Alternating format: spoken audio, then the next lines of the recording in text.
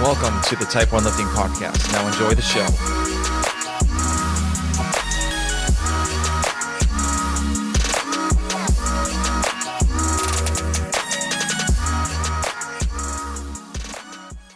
All right, guys, I want to tell you a little bit about Type 1 Lifting. So Type 1 Lifting is a clothing brand that proceeds of the shirts, the hats, and everything else go to the Children's Diabetes Foundation.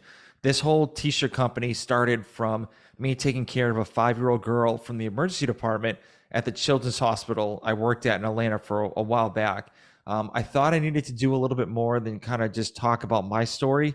So this is how I started the clothing line, because I wanted to show people that even though diabetics have this really bad disease, we can still do amazing things in our life, and diabetes won't stop us reaching our goals. So go check out type1lifting.com. And, if you have any questions, you can always reach me out on Instagram. It's Type1Lifting, and hope you guys enjoy the show. Hey guys, we have a new sponsor for the Type 1 Lifting podcast. The company's called Liberté Lifestyle. So Liberté is a French word meaning freedom, and the company was founded on the desire to have freedom to choose what we want to do with our lives. I actually had the owner, Nicole, on my podcast on episode 28. So if you want to go back and listen to her, she talks about how she started the company and what she wants to do in the future with the company, which is pretty cool. So they actually have knee sleeves, wrist wraps, shirts, shorts. Love the knee sleeves. I have the ice cream knee sleeves and I love them so much. The neoprene's still good. The seams haven't split compared to other knee sleeves that I have had in the past. And I'm planning to keep these for a very, very long time. So Nicole actually gave me a promo code for you guys too. So it's all capital letters, TYPE and the number 1. So it's Type 1. So go to libertelifestyle.com, check out what they have in the store, use the promo code Type 1 and save some coin. Now let's go to the episode. All right, guys, welcome to a new episode of the Type 1 Lifting Podcast. I'm your host, Thomas Lennon, and I have a fellow Clydesdale media team member, another one. He's a videographer, podcaster, and designer. His name's Teddy Williams. How's it going? Good, Tom. It's good to be here. I'm just trying to copy you with the media, designer, podcaster, all that stuff. It's good to be here. Thanks. Well, I was doing some research on you, and we actually have two things in common, kind of. So you're a graphic designer. I'm a graphic designer, and I know you went to University of Missouri. Yes, I've actually been there No way. yeah, I was there like it had to be like 20 years ago. I'm an old man, so it was You look good though. I appreciate it. I think it was like 25 when I was there. So I met this girl on spring break, and then I just went over there because she was still in college. She was like a senior, and we just met back up again in Missouri, and Columbia, Missouri, baby, Mizzou. Yeah, it was interesting. I was actually trying to go to their X-ray technician program too there. Oh, nice. Yeah. I know that they get a lot of like their nursing school is really good, was what I've heard when they've been there, and I love it. Love Mizzou. Yeah, it's a great college town. Great college town. It sounds like we got to get you into the videography. They got to have 3 things in common. No, I'm slowly working my way to that. That's a long. I don't think I have the time, especially with kids and stuff like that in a family. Yeah, true. It is. I don't have kids yet, so. Yeah. So what made you get into graphic design? I just was really I'm more into the like graphic design. I'd say I'm more of a web designer and Okay. kind of like but I started in graphic design, and I was working at this company. I still work for them. It's a construction company, and we just were very behind on the website marketing type of stuff. And I was kind of in the sales role, and I took it upon myself for like 2 years at nights to I'm like, I want this website up. I want a website working and and kind of self-studied it. And then an opening came to where they wanted to expand their web marketing. And I kind of just was like, hey, this is my area, put my hat in the ring, and have kind of been on the job training since then. So just really wanted to I was missing for the job that I was working on. I wanted some more design work in it, and I kind of just took it upon myself to get in there. Okay. So I don't think I've ever told this story of why I got into graphic design. So it was I watched Independence Day and I saw like Oh, I nice. saw the building explode and I'm like, that is sick. Like the graphics are like Yeah, amazing. So I was like, all right, I'll get into graphic design. And I went into this college and they did graphic design, but they really didn't do like videography. This is when like Flash was like Adobe Flash was like sure, sure. I'm dating myself, but that's like when it was like really cool. And I was like, okay, got to get on this. So that's how I started to graphic design.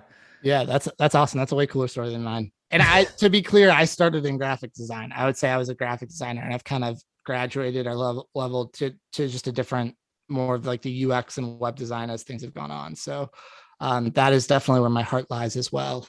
Yeah. I mean, I used to do web design a little bit too, but then it just like I stopped for a little while and it just all the programs is completely like all brand new. And I just was like, I don't know if I want to relearn everything. You got to stay up to date. It moves fast. That is for sure. Yeah, definitely. So I was also doing some research on you and are you from Florida or like what's the Tampa Bay Lightning kind of fanfare? Ooh, um that is an interesting question. I am not from Florida, but I do have a Tampa Bay Lightning fandom, and that is actually because it's a bit of a interesting story. But my cousin is an NHL goaltender. He's actually like 6'7". Aren't you like super tall too? Yeah, I'm 6'6".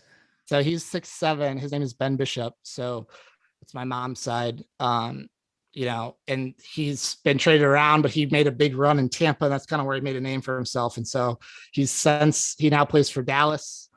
He was on the St. Louis Blues for a little bit, but that is why they're in Florida. My parents currently live in Florida, and my grandpa does too. So lots of ties to Florida. So Okay. that's probably why you see it on my Instagram. Yeah. So what made you stay in Missouri? Born and raised. St. Louis has a way of, we kind of call it a boomerang town, where you grow up there, you go away for a little bit, and you seem to always find your way back. Hmm. And so I lived in Dallas after I graduated for about 4 or 5 years, and then just came back to St. Louis and just ended up back to the hometown. I don't have, my job took me away from St. Louis and it took me back to St. Louis. And so, but I found a really good crew here. I was actually really nervous about moving back to St. Louis from Dallas because I found CrossFit in Dallas, and I was like, oh no, I'm not going to find my gym. Like I'm leaving and then I settled into a fantastic place here in St. Louis. Nice. And so you said you started CrossFit in Dallas. So what made you get involved with CrossFit? I was looking, I had put on the post college, was still eating bagel bites all the time, and it was not, it was starting to show. And so I tried to get into the workout. I went to like the Planet Fitness or whatever, and I found myself, I'd go to work out and I just do 7 laps around the gym, not touch any equipment and leave because I was either embarrassed or intimidated. And then I was like, I need some group training, some somebody where the person's going to tell me what to do, not personal training, but group classes. And I think I looked up, I don't know why, but I have this memory of like looking at what's the hardest group class to do for fitness training, and CrossFit. Went into CrossFit, and then that's how I found myself in there. Okay. And what made you stick with it? Stick with it was I just I promised myself I would go 3 times a week for 3 months. So it was like my 3x3 plan, and it kind of worked out. And around the end of that time, this buddy of mine, maybe it was around the half year mark, but this class buddy of mine was like, yo, you got to check out these documentaries. I'm like, I do enough CrossFit here. It sucks. It's like so hard. I'm not going to go home and watch more CrossFit. And then finally I broke and I watched the first documentary. I think it might have been the 2015 games. And so I was already into CrossFit when I watched the documentary, but I was like, whoa, this is cool. This is way cool. That would be Okay. where I stuck. Okay. What's your favorite documentary so far? Ooh, okay. So that is an evolving question, but I would say the 2018 one that just came out kind Okay. of recently. And that was because it was my first time at the games as a fan. And we like went up there, me and my buddy, we were like, we get a documentary now. We get a docu like from a games that we went to in person. And then when it didn't come out, we were like heartbroken. And so it's kind of cool to that one definitely has a special spot in my heart. Okay. Okay. And you said you moved back to Missouri. And so how long did it take you to actually find Blue City CrossFit? And what made you kind of like this? Okay. What made you say like, okay, this is the place to be? Okay, so couple questions there, and those are good ones. I'd say it took me about 6 months of bouncing around at different CrossFits that are awesome gyms here. But then I had a friend, just like looking for a spot. They were all great gyms. Then I had a family friend that I'd grown up with, and I knew that she did CrossFit. And she was like, "Yo, we've got this gym that I go to, and you should come check it out." I went and checked it out. Her boyfriend at the time, now husband, was a regionals athlete at the time, and he was like, so I did an open workout there, and this is like my peak, maybe not peak. I think I'm still peaking for like my fandom of the CrossFit Games, but I was like, oh my gosh, a regionals athlete is judging me for the open, like that, and it was kind of like this, star eyes, whatever, and with that, it kind of just started clicking. And then the more and more I dove into the small community we had at the time there, it was about a gym like that had like 30 people in it, very small. It started Mhm. growing and just started clicking with the people. Um, and yeah, it was, and then like, so I would say I clicked. I didn't even, I would say I didn't even know Taylor Stride before. I was sold on Blue City before I even know who Taylor Stride was. Okay. Okay. Yeah. That's awesome. Yeah. Very cool. And so, I know you said you were like kind of like during your construction job, you kind of went to the media side. So when did Blue City, like the team over there, say like, hey, we might need a like media guy? Like, are you interested? Like, when did you throw your hat into that? Sure. It was quarterfinals last year. So the 2021 season quarterfinals. I showed up. I had gotten this. We needed a camera for work for Western or something, my construction job. So I had been dabbling with this camera, and they did not they did not ask me. They did not. I showed up, and I'm like, Taylor. Taylor, I'm gonna film you doing. It was individual quarterfinals, so I'm like, yo, I'm gonna film you doing this, and she's like, just don't block my camera. You can do whatever you want. And so it was at that time, and man, if you go back and look at those videos, they are bad. They are shaky and bad, and you got to start somewhere. But man, I started low, bad. Everyone starts low.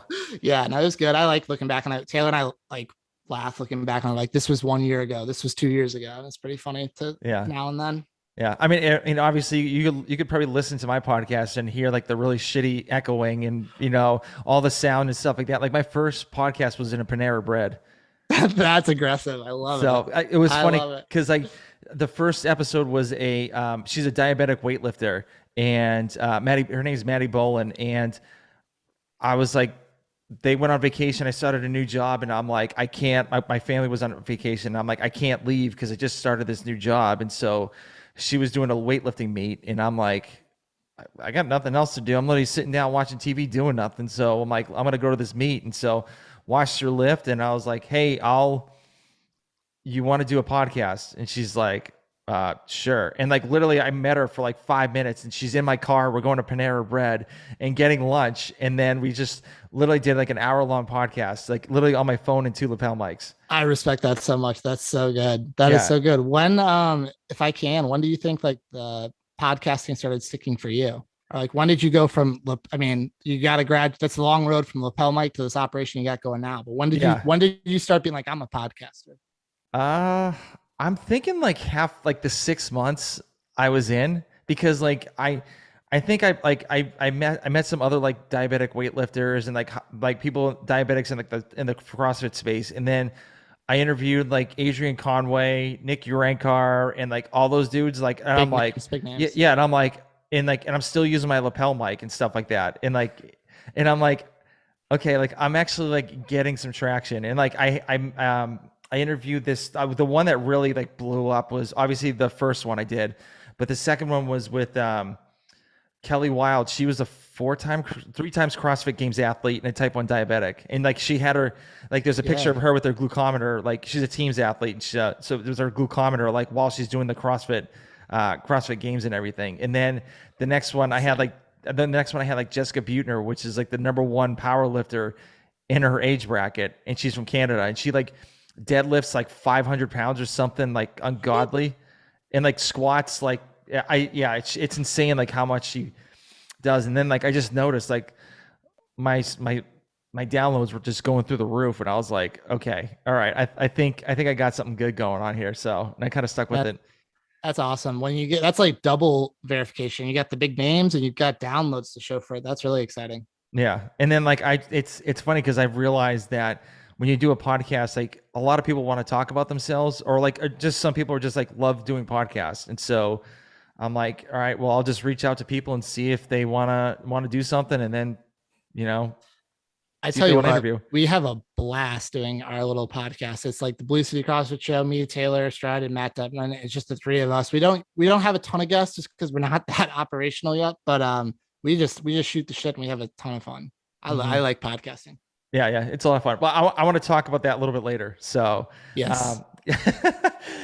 um, obviously, like you talked about when you were, filming Taylor for the first time, into now where you're like doing other, like videotaping other people. Like, what have been some of like the learning curves of you like starting out to where you're at now? Okay. I'm gonna tell you the biggest aha moment I had, which is this might be a little technical, but at our gym we have our weights like on a rolling, where they're stacked up and you can roll them on like a little piece of plywood. And Mm-hmm. one day there's like 345s on there and I just stuck my camera on there so I can roll it around like a little cart. And I just started pushing it and the footage was really, really smooth because it's like on this cart, it's level, it's moving and it's not. And I was like, whoa, Taylor, I think I've got something here, like something new. I hadn't heard of what a gimbal was, but I'm just like pushing this. You can basically think of it as like a sled with wheels, and I'm pushing it. And it's like I'm just going around the gym.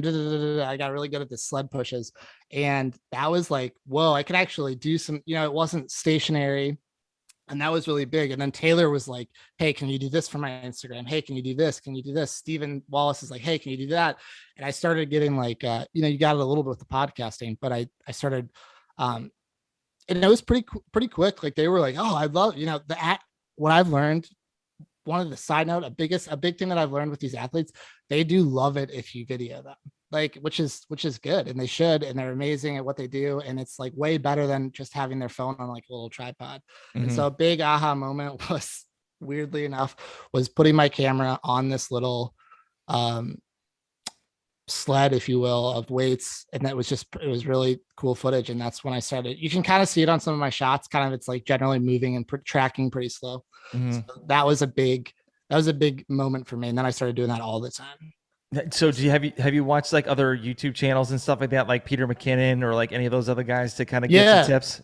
Yeah, for sure. I've since then gone down the whole YouTube rabbit hole, both in the CrossFit space and outside, like a Peter McKinnon, and you've talked about for sure. I would say that um,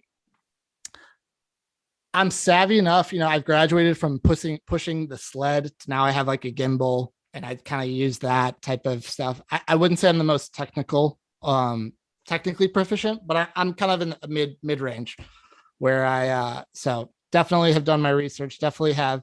Um, there's this book. It's called Steal Like an Artist by Austin Kleon, and it's basically like if you find something that you like, just steal it, and obviously give credit, but basically let yourself be inspired by your favorite creators. And I've done that from the CrossFit space and from outside of the CrossFit space. Trying to kind of pay homage to the people that I look up to and trying to imitate, emulate, and all that stuff. Hmm. And so have you connected with a bunch of other like media guys from like other like, Proven or like, Misfit Athletics or like any of those like or Fury Photography or any of those guys?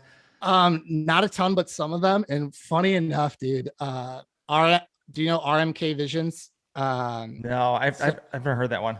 so look him up on Instagram. I want to just say he's just done, he does great work and he's just absolutely blown up recently. I'm gonna pull it up right now. His name's Trevor Knoll. Um, I was sitting with him at the games last year and we were both rookies. Like he's shooting for a team. I think he was shooting for back country CrossFit. I was Hmm. shooting for Blue City. We both have maybe 1,000 followers. If you look him up on Instagram, he has 131,000 followers now. And just Damn. huge, just all cross, like not all cross the media. He does on that. I think he does all CrossFit stuff, but he shoots for a lot of big names now, and he's kind of my buddy that I go back and forth with. And I I don't know if we're buddies, but I spam Brian Friend. I talk to him a lot because I listen to the Savan podcast a lot, and so Yeah. I'll talk to him. He's very nice. He's always nice and gets back to me. And I see him at competitions. He was kind of my first because back when he had like nobody really knew who he was maybe 2 years ago, and it's like so those are my two buddies I'd say that I talk to the most. Okay. Okay. And what have they kind of taught you in the media space of like how to become a better like videographer or like podcaster or even like designer? Okay, it's a good question. So with Trevor, I'm still trying to imitate him. It's just like crank it out, and don't be afraid to ask athletes if you can work with them. He does a really good job of. He has lots of connections. He's the nicest guy in the world. He's now like people are going to him to get him to work for them and hiring him, which is exactly how it should be because his work is amazing. Mhm. Um, so he's kind of helped me with confidence. And I'd say the other side of that is maybe putting it into practice with Brian Friend. He's taught me like I was nervous as hell reaching out to Brian Friend earlier. You know, like, oh man, who's like I'm just DMing him. It's so weird. Or da da da. Is he gonna like yell at me or something? I don't know. Weird thoughts. And so Brian's kind of taught me to um to really like he kind of gave me confidence that like if you do it the right way and you're genuine and you're because I'm big fan like I'm basically big fans of these people that I'm reaching out to. So Yeah. if you are a big fan and you do it genuinely, there's no really wrong way to do it as long as you know if you do it the right way. But and I'd say also with Brian, as I think he's taught everybody, is just to do your freaking research and do a lot of it. And that dude does tons and tons of research. Whew. Yes. And you can really, and when you are reaching out to either make connections in the space or just kind of do even videography work, if you know a lot about these athletes or a lot about these teams or a lot about these creators, the research shows up. You know, it shows and it kind of puts you on a different level as all these other people DMing people. And so the research is definitely a big part of it. Okay, okay. And then when did Taylor and the rest of the team be like, "Hey, we want you to videotape like our whole, from like open to the open all the way to the CrossFit Games?" Were they like just tag along with us the whole ride? Yeah, and I really wanted to. Like I was like trying to make myself useful so I could be part of the team and be in there, you know. But I would say after team quarterfinals last year, 2021, they were like, "Hey, you have to apply for they qualified for West Coast Classic." And they made the games out of West Coast Classic. They're like, "Hey, you have to apply for your media pass at West Coast Classic." I'm like, "I'm not a media person. I can't do that." And they're like, "No, you really do need to." Um, and West Coast Classic Live and Loud were gracious enough to give me a spot. Um, that's a whole nother story. Actually, okay. I forgot to mention a name too that I've learned the most, actually, probably the most from is Patrick Clark from Morning Chalk Up too, because he's a St. Louis guy. So Okay. he's local and he helped me out so much at West Coast Classic. And he's actually I've seen him the most. And honestly, he's probably number one, and Trevor's two, and Brian's three. So Patrick Clark, now that you're thinking of it. But to answer your original question, they after team quarterfinals last year. Okay. And when you were at West Coast Classic, sorry, like you're a part of the media team and like you got your little badge going, like you're wearing your badge and you're like, On top of the world. exactly. You were like, okay, I made it. And like, what was your experience? Because obviously the fans are a little bit higher up, but you're like face to face with some of these athletes. Like, what was your experience? Because you were so close to them. It is a totally different, you're right. It's a totally different experience when you're like down on the floor. And it was nerve wracking. There were a lot of big cameras. My camera was not nearly as big, and I was kind of feeling out of place for a little bit, but I knew I just had my team to get. And it worked out where I had a good enough camera, good enough lens. But you really, okay, the craziest thing, and I know it's going to sound obvious, but until you're on the floor, even in training or out there in competition, is how fast these athletes are, how Hmm. fast they're going. How, if you're in a gym setting, like the trick is like you got to stay out of their way, and they're moving so fast. And that's one thing on the competition floor, they barricade you off so you're fine and you don't have to mess that up. But that's the biggest thing is how fast, how intense, and how quick it all goes. And as a videographer creator, that means like you got to be on your game and really not only paying attention but executing on these shots. Hmm. Okay. Okay. Have you had like instances? You probably have, but have you had instances where you thought you got the shot, but then they went too fast, and you're like, oh, that would have been perfect. Like do you know now since you've been working with them that like, hey, okay, they're gonna do this movement. I got to take this shot at this point in time. Yes and yes. I have had so many times where it's like, oh, that was almost perfect, and you miss it, or you're out of focus, or like literally somebody like there are so many times when you're about to get the perfect one, and then the judge kneels down right in front of you, and you're like, Oh. no. But the judges got to do the judge is more important. The judges got to do their job. In training, it happens all the time, but I have really honed in on some like best practices that allow me to hit the shots. You also get really good at noticing cues. Like, so you're not running around like a crazy person, but you know, like, okay, it really helps to know the workout ahead of time, which is Yeah. kind of obvious when saying it, but especially in a gym setting, because Mhm. a gym setting, you're free reign, right? And so, like, noticing on cues, even getting to know the athletes, like, I'm like, okay, Taylor's going to go 963 on these handstand pushups or something like 555. I don't even know if those were beer sets, but you kind of get to know where their cues are. And so you can kind of know when to set up.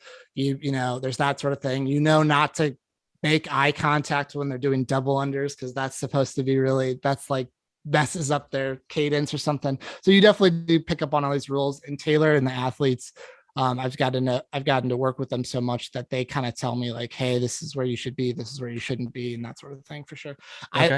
I've got there have been occasions, not on any um like quarterfinals or open workout, but there have been occasions where I've accidentally gotten in the way of athletes. That's for sure happened.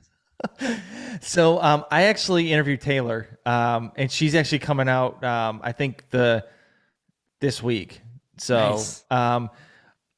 I've heard a rumor. So well, obviously, I kind of want to get what like if this is true. So is Taylor like very competitive and like very serious when it comes to training? Yeah, I would say she is. I'd say it's really hard to find a really good athlete that's not. She might be even more so, but yeah, I would say I would answer yes to that. And I think she would answer yes, but I you can't be that good and not be, in my opinion. Yeah, I agree. And so with like obviously like you followed the Blue City CrossFit team this year and they didn't make it to the games, you know, Yeah. like obviously like you still want to do some media, but like did you kind of like not do the media when they didn't make it? Like what were your thoughts like, hey, this might not be a good opportunity to do some shots or video? Sure, sure. I got really lucky because in 2020, when COVID at its peak, there's not really any big CrossFit competitions are going on. There was this kind of bigger local competition called Heart of America. It's in Springfield, Missouri, and it's actually abbreviated to HOA. And there was this team: Taylor Stride, Stephen Wallace, Kristen Miller, who's Mayhem from back in the day, and then there was this guy also on the team called Colton Mertens Hmm. that was joined the team. And so that was, you know, before Colton had gone individual. And so he's up in Iowa. He's only like 3.5 hours away. And so Taylor and Steven have a connection with him. And when Taylor and her team, Blue City, didn't make it, she's like, all right, you gotta go reach out to Colton and see if you can do some media with him. And I was actually just up in Iowa this past weekend shooting with him. So Yeah. that's kind of been a nice my season's continued, I guess. Yeah, awesome. So I was just going to talk about Colton Mertens too. So Yeah. um, I My like favorite. He's the man. I like him as an athlete. I mean, typically root for the taller guys, but Sure. I mean it's obvious. I'm a tall guy, so you know I have to stick with my kind. You know, Yes. so Understood. so what was like? How did you reach out to Colton and be like, hey, you know, I would you reconsider like doing video work at all, or like how did that come about? Yeah, yeah. So I had gone so Blue City did so CrossFit Kilo 2 up in Iowa City is where Colton trains out of when he's not training at his farm. Most of the time Mhm. he's at his farm. But his girlfriend Allie is on a team on that CrossFit Kilo 2 team. Yep. And back up in February, Super Bowl weekend, actually, they did a team training camp and we brought two teams up from Blue City to do that. And I did all the video work there. And then literally Colton's in the corner doing the individual workouts by himself. And I'm like, whoa, that's Colton Mertens. Like, I love Colton. And I took my video camera and just started videoing without asking. And he was like, yeah, that's sick, man. And so then I had like one day of video with him. But then after Blue City didn't make it, I did exactly what you kind of asked if I did. I reached out to him and I go, hey, Hmm. Colton, You're only 3.5 hours away. I would love to come up and do some video work with you. I would love to be your video guy with the games. This is going back to like the stuff that I was talking about earlier with not being afraid to DM some people. Reached out to him, and he was awesome enough to be like, yeah, dude, come on up and do it. And hopefully you can do the my media stuff at the games as well. And so it was exactly what you said. I DM'd him. I I took the initiative and asked if I could come up and do video work with him, and he said absolutely. Awesome. And so, are you a fan of Colton Mertens with the mullet or without the mullet? Ooh, that is a great question. I think I have to go with with mullet. With mullet is my vote. I have been like, people are like, oh, who are you going to film? Kind of my friends that are not as big a CrossFit fans. And I go show him, I go, oh, Colton. And I show him with the mullet and without the mullet. And most people vote without mullet. They go, oh, he looks way better with the mustache and shaved head. But I personally like mullet. Well, I mean, yeah, I mean the mullet's kind of silly. So, I mean, It's iconic. It's iconic. Maybe he yeah, was like, there's another dude with a mullet. That's probably pretty good. I got to just let him do his mullet thing with yeah. Justin. It's crazy. It's crazy down in Georgia, like how many people, how many teenagers and like kids are have mullets. And I love it. I I'm love like, it. why? Why do you have that? Like, it's only for special occasions. Yeah. Colton's a pig farmer, man. He mullet fits. Mullet works. Yeah. I think. So, what do you think about Colton's? Like, what do you think his ability differentiates, like, is different compared to other CrossFit athletes? And why do you think he might actually do some damage this year? Personally, I think it's all CrossFit Games athletes and even people around like that don't make it to the games are ridiculously hard workers. I think by far Colton's biggest thing is that he's even that much harder of a worker where he can pain tolerance maybe is another word for it too. But I mean, you saw it at Granite Games. He was last year. Everybody's like, oh, he can't do wall balls. Oh, he can't do rowing. Oh, he can't do this. He got like top 10 in a 150 wall ball workout. He might have gotten top 5 in it. I don't even know, but I think he got top 5 actually in a workout with 150 wall balls, and that's just from hammering them all off season. We were talking about it this past weekend. He's like, I hope rowing and wall balls show up. I've been crushing them. You can't crush every weakness in one off season, so that might be, there's going to be stuff that shows up, but I think he's got another level of work hard and dedication to getting the bad things good. And I also do think the other thing is that he's a home run hitter. If he gets those certain workouts, levers are real. I don't think Hmm. he wins them because he's short, but levers are real, and so he has the ability. Not many people have the ability to win games workouts. Colton Yeah. Mertens does. Okay. All right. I like to hear that. Okay. So since he's wants you to be kind of like his videographer, what have you guys been talking about? Like, what kind of videos are you going to be doing with him? Have you guys talked about like, the kind of like the detailed list of like what's going to happen? I would not say we have a detailed list now, and I'm still working on getting the games media pass, so I don't have it officially yet. I have been in contact. I think so fingers still crossed on that. But no, I would say we're kind of more so going with it. I went up there this weekend and he did like, I want to say like 5 workouts each day. So I'm like, dude, this is fun. This is a lot of footage. I got a lot of footage to work with. And I would say that the main thing right now for that we're doing is Instagram reels. So vertical videos. We didn't dabble into any like the YouTube stuff, even though I'd love to do that at some point. But that's probably what our business is. And then if I do get fortunate enough to get a games media pass, it'll be shoot the event, get photos and videos, run back to the editing room, chop it up for him, and try to have him a couple ready for the end of the day. Real fast Hmm. turnaround time is my goal with that. Yeah. I heard getting a media pass with the CrossFit Games like pulling teeth. It's hard. It is hard in my experience. But if you are working directly for an athlete or a team, it gets a little more doable. It's pretty hard if you're not, in Hmm. my experience. And on like the form to apply, it like basically says you have to be working. What team are you? What athlete are you working for? And you have to get like all this proof. Like Colton's got to talk to HQ on my behalf to do it, and it's still not even guaranteed, right? Because I don't have it yet. So it is difficult, and I would say it sounds like it's getting harder, not easier to get one. Hmm. Yeah. So we'll Yeah. see. Awesome. I don't know if it's like pulling teeth, but you do have to have your stuff in order. Yeah. I And, mean, and like go ahead. I was just gonna say, there is room for like maybe podcasters, but it's really more set up for in my from what I've seen, like it's a lot of the media stuff that you're getting with the media pass is like access to do video work, I would say, and photography work. Yeah. I mean, I want to do this year's CrossFit Games, but then I kind of realized it's like you don't really get in touch with like all the athletes and stuff like that. And to Yeah. be honest with me, like I, as a podcaster, I don't have the bandwidth right now, but like I think it's better to maybe go to like Wadapalooza and do like a podcast like there, or like do like media over there, because like the athletes are more relaxed and they're more inclined to actually talk to people compared to doing the games. They just want to do the workout, you know, do mobility, and then just go to the room and eat and just like don't do anything.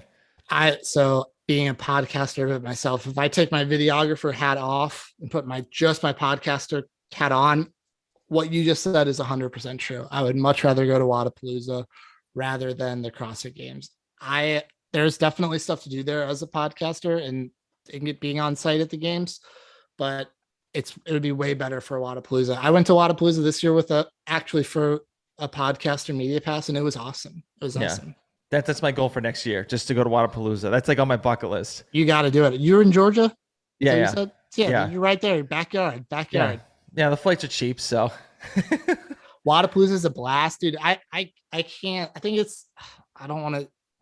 I don't even think this is like being bad, but I think it's called the Intercontinental Hotel. It's a fancy hotel right across the street. yep, Dude, you walk in that lobby and it's like Fraser, Fikowski, Annie Thorisdottir, Justin Bird, and like everybody who's here just standing in the lobby. And it's like, whoa, this is better than the CrossFit Games yep, in some yeah, ways. Yeah. yeah. I heard about that. So, if you had your choice to like do video or media for one CrossFit athlete, who would it be?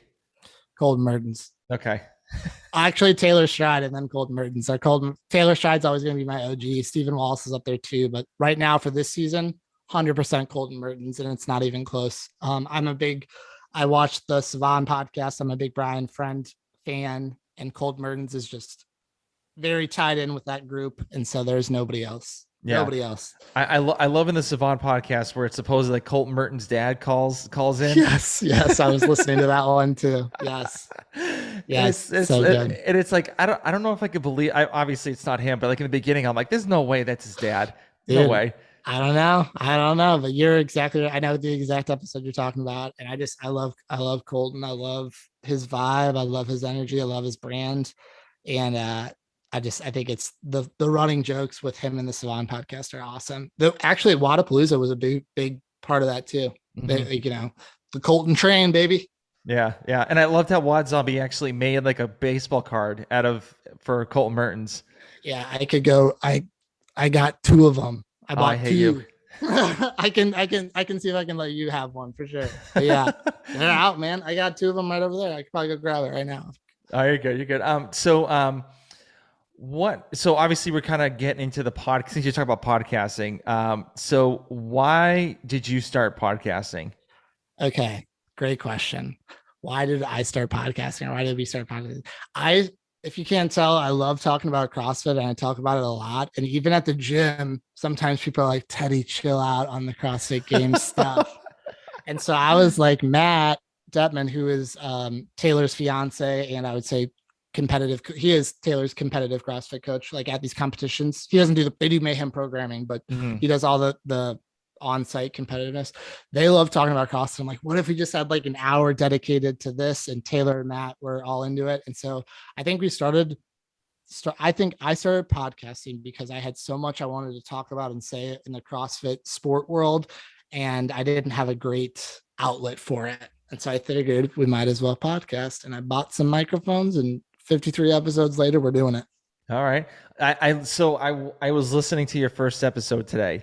Oh man, the phone. That's so bad. That was so I was dying laughing because the reason why for the Blue City CrossFit podcast, you literally did your own pretty much 5-minute monologue. 5-minute monologue, and you were like, I was supposed to do it with somebody else, but they are late and they haven't showed up, so I guess I'm just gonna do it myself. So Damn, Matt has been like, dude, we got to take that off. But I'm like, no, I kind of like No, it. keep it on, man. Keep it Yeah, on. I think so too. So I was like, literally back in the day, I was like, Taylor, you cannot come on this podcast until it's more legit. So I like, she like wanted to be on it, and I wouldn't let her. So I was doing them with Steven a little bit, and then I did some with Matt. I think it took us like 15 episodes to really, maybe 10 to get real microphones and really get going.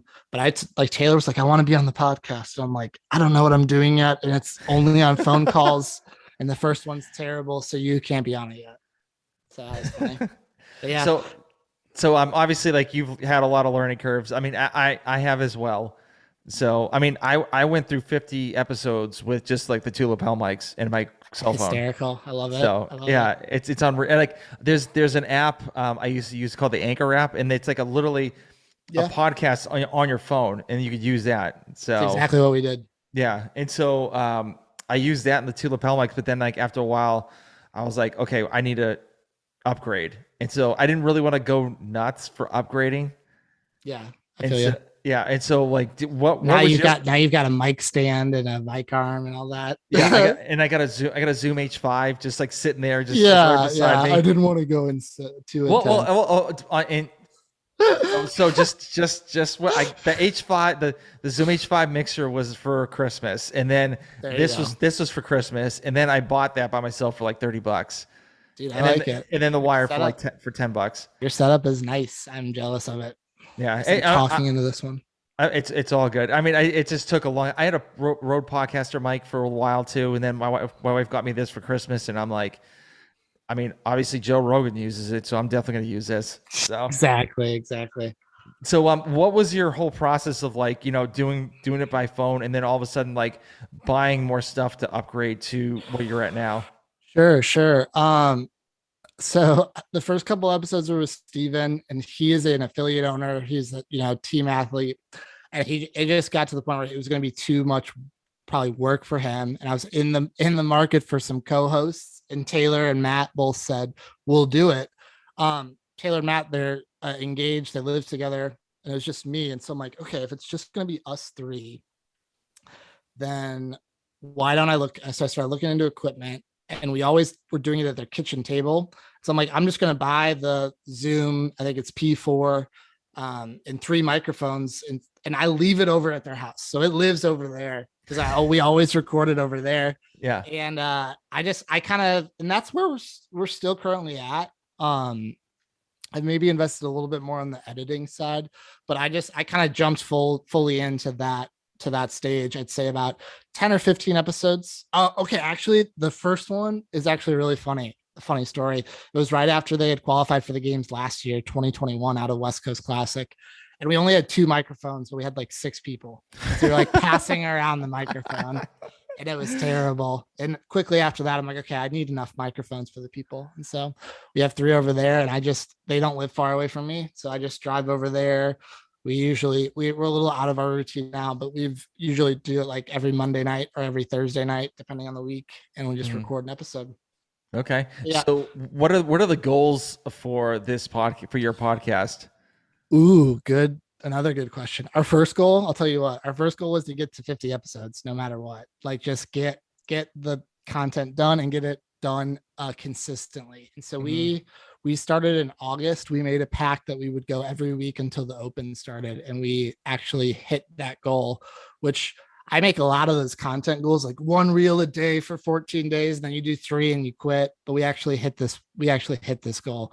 And so now I think our next one is to make it to 100. We're a little bit now that Taylor's in our off season, it gets a little easier. We kind of got a little out of sync with it being in season, but I think the goal is to make it to 100 episodes semi consistently, try to get back on the weekly thing, and to really just to use it as an outlet to talk about the sport and grow the sport. I think there's so many, we see it with like the Andrew Hillers or even on the Clydesdale podcast. There's so many, everybody's got their ideas and opinions, but there is a lot of ways to grow the sport and make it better. So the ultimate goal is to just have that podcast be in service of that goal to grow the games. Okay. And are you planning to like have people interviewed on the show? Because I know it's just you three. So have you had plans of doing that? Yes, we've dabbled in it a little bit, but I would say yes. I would say we want to get video up and running first. I'd say before that's probably our priority one, and then we'd like to interview people. For some reason, we're having a lot of maybe challenges. We kind of know what we have to do for the video, but it's finding the time and work because it's a little bit different than like what we're doing, right? On Zoom, you kind of naturally get the video. For us three in the same building, we have to like set up the camera and then sync the audio with the video and do all that sort of stuff. And so Yeah. I'd say yes. We'd have to work on our interview style. Like, we like to talk over each other and ramble a little bit. So we'd have to kind of we'd have to get our interview. We'd have to behave well. But yes, Yeah. I'd say eventually we do want to work more interviews into it. Yeah, I mean, like when I listen to your podcast, you guys do have a good flow together too. So it's not like you guys are like, because I know earlier on, even with the Clydesdale Fitness and Friends podcast, that like I mean, they still cut each other off once in a while, Yeah, and it happens. But obviously, you guys have like more like synergy, and I think you guys have like a great, you know, camaraderie of like of a good flow with your podcast.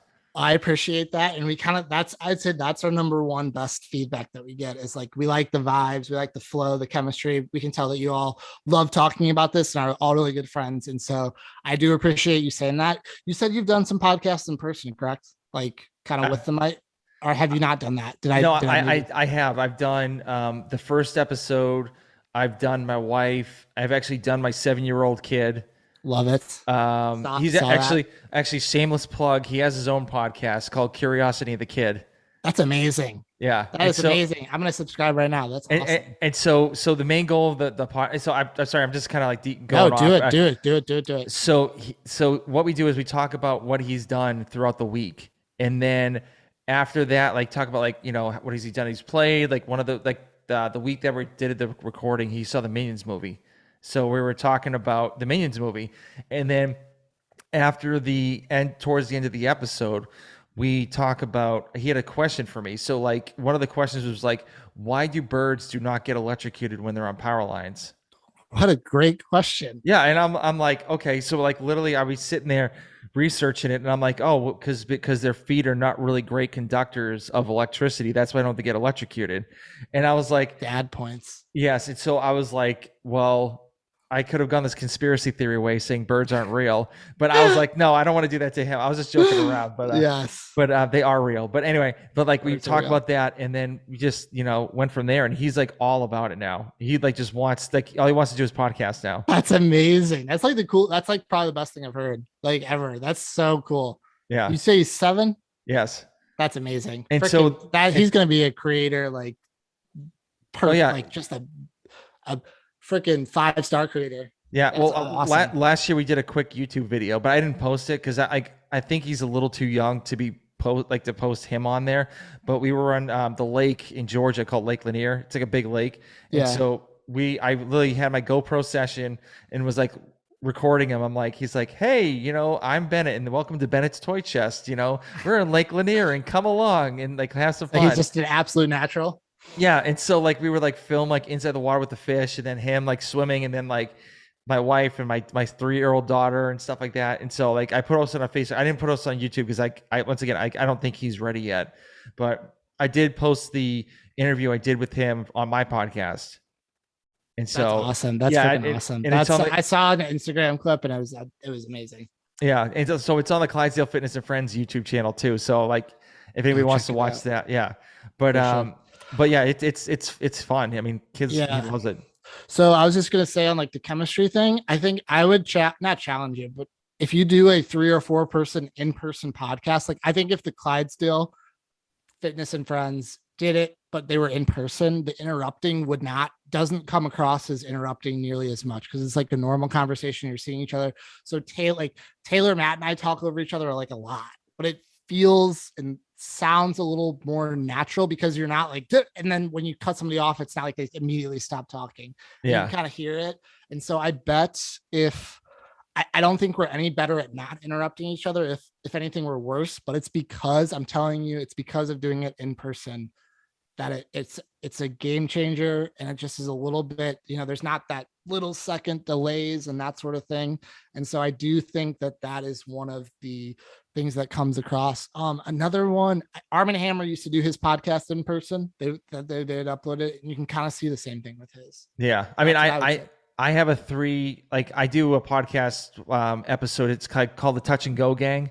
Yeah, So it's with like Hannah Hardy and Vic Rodriguez and Xander Falick. And so it's a they, great name too. yeah, so they were all like they all follow Misfit Athletics, including me. But like Hannah moved off to training think tank, but we just kept her on. So, It's cool.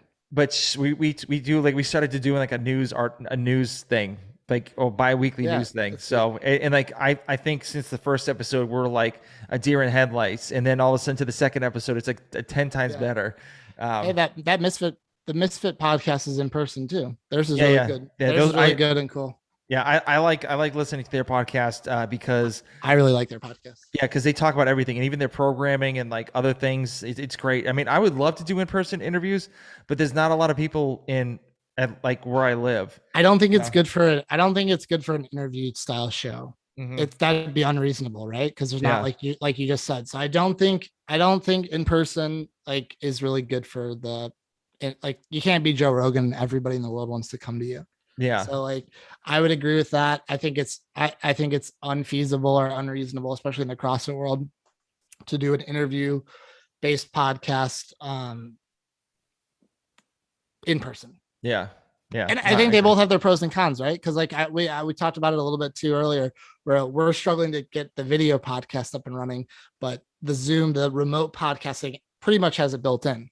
Hmm. Yeah, definitely. Yeah, Definitely pros and cons. yeah, and I'm trying to working getting a design to like have like a background and like kind of like use OSB to put the videos in to make the background look better, like Savon's podcast, like how he Yeah, has a background instead of just having like my logo on the bottom and then just a black screen, you know? I will say that those backgrounds are really cool. I think Yeah. Get With The Programming has one too. Yep. Yeah. So I mean, I Yeah, just try something. So, but it's a work, like I said, work in progress. it's always a work in progress. That's Mhm. that's probably the biggest thing I've learned about being. I like to say, call it a CrossFit creator. Biggest thing of like you still have it's always the work. It's kind of like CrossFit too. There's always room for improvement. Mhm. And it's a big mountain to climb. And I don't even know if there is a top, but it's a lot of climbing. But Yeah. that's kind of part of the fun. Yeah. So, I kind of wanted to ask you another question about podcasting. So, what has been the best non CrossFit debate that you've had on your show? Oh, putting me on the spot. Okay. I will I think it's maybe I'm gonna sidestep the question a little bit because I can't think of a great one. But it's usually about music, and it's about who sung what songs. So, like we always kind of start with like a 10-second music clip, and Matt is a very like Blink 182 and that sort of world. And so I'll be like, oh, who was that? What was that song? Who was that song by? And Matt's like, you don't know that song. What the like? What is wrong with you, Teddy? And Taylor's like, come on, Teddy, Blink 182 or whatever. And so I just get trashed for not knowing these songs. And I'm like personally, like I like all that stuff, but it's not like my number one. Like I'd be like doing like Avicii or Kygo or some sort of EDM Oh, music. we get along really well then. We get There we along go. really I well. love Yeah. it. I Yeah. love it. Good. So I'd say our biggest debates are who is good, what is good music and what is not. Okay. Even though we generally do agree. Okay. So back in high school, my nickname was Techno T because no one listened to techno except for me. Like I was Yeah. the only dude because like no one really knew like what it was all about, and they would like listen to like metal or rap, and I listened to like rap and like listened to everything, but mainly it was like all Yeah. just straight like trance music, like techno, like all that stuff. If I can geek out, I'm just amazed at how underappreciated those guys and gals are that are doing the electronic dance music, of how good of musicians they are. Like Hmm. Kygo is a world class pianist. Like, Yep. and it's so good. Dude, if you watch like one of his concerts, he comes down on like a crane playing the piano for his first songs. And it's like, oh, this guy knows what he's doing for me. He's not just copying and pasting and chopping stuff up and then they're all like that. A lot of them Yeah. are. Yeah.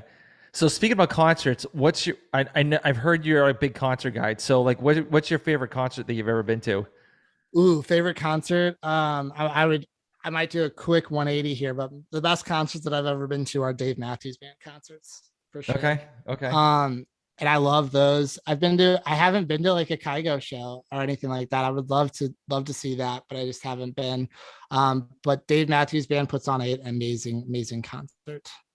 Okay. Love Cool. it. What All about right. Awesome. yours? What about yours? So I have my favorite band. It's like a very like alternative, like indie band called Friendly Fires. Okay, And so they're like huge in Europe, but they're kind of like Duran Duran, like a mixture of Duran Duran. sure. And so they played in Boston. I'm originally from Massachusetts, so they played in Boston one summer twice.